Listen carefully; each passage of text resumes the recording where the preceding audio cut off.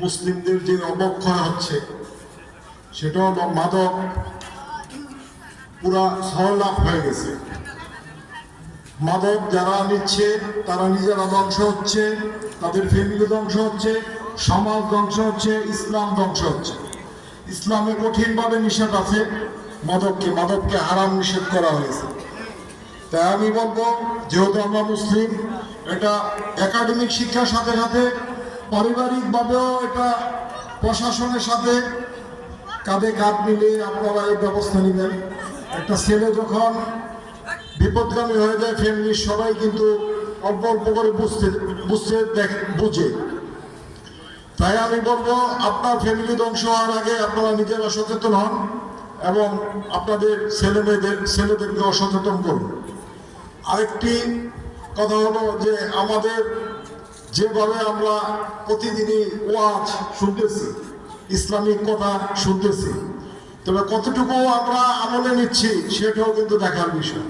সারা রাত প্রধান বক্তা, ভালো ভালো একটা টিভি, ইলেকট্রিক্যাল মিডিয়ার বিভিন্ন বড় বড় আলেমগুলো দিয়ে আমরা শুনতেছি ইসলামিক কথা, কিন্তু কতটুকু আমল করতে পারতেছি, কতটুকু ইমানি শক্তি বাড়াইতে পারতেছি।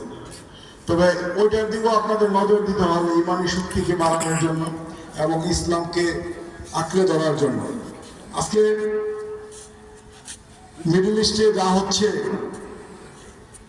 ইসলাম বিরোধী যে ষড়যন্ত্র চলতেছে, ফিলিস্তিনিদের ভাবে হত্যা করতেছে, দেখেন ফিলিস্তিনিদের ইমানের শক্তি সবচেয়ে বেশি। তারা কিন্তু বিপদগামী হচ্ছে না, তারা ইসলামের বাইরে যাচ্ছে না, তাদের কিন্তু একটাই অপরাধ মুসলমান, এছাড়া কোনো অপরাধ নাই।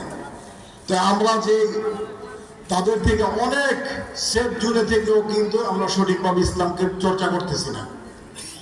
আমাদের খেয়াল রাখতে হবে, যত বেশি ইমানি শক্তি থাকবে তত বিজয় আমাদের সামনে আসবে। আমাদের যদি ইমানি শক্তি কম থাকে তাহলে অবশ্যই আমাদের বিজয় সামনে আসবে না। ইসলামকে আঁকড়ে ধরতে হবে, পাড়া মহল্লা ইসলামিক আলো ছড়িয়ে দিতে হবে এবং সঠিকভাবে পরিচর্যা করতে হবে।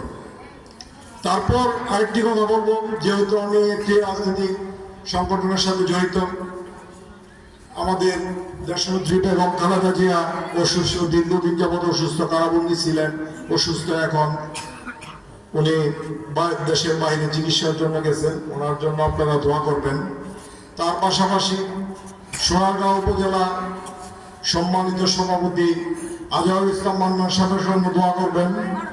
উনি অত্যন্ত পরিশ্রম করেছেন এই দল এবং সোনারগাঁ সাধারণ মানুষের জন্য, ওনার জন্য আপনারা দোয়া করবেন।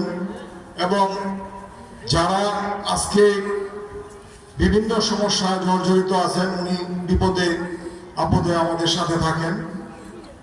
আমি আশা করি আপনাদের সাথে উনি এবং আমরা যে কোনো সমস্যায় পাশে থাকব। যেহেতু আপনাদের মসজিদের উন্নয়ন প্রকল্পের আজকের এই মাহফিল, আপনারা কাজ ধরেন, আমরা যতটুক পারি আপনাদেরকে সহযোগিতা করবো ইনশাআল্লাহ। যখন কাজ ধরবেন, ওয়াসিম আছে, সভাপতি সাহেব আছে, যারা আছেন আমাদেরকে যদি জানান, আমরা শরীর থাকবো ইনশাআল্লাহ। আপনারা ভালো থাকেন, সুস্থ থাকেন, আর আমাদের জন্য দোয়া করেন। আপনাদের জন্য আমরা দোয়া করি। আসসালামু আলাইকুম।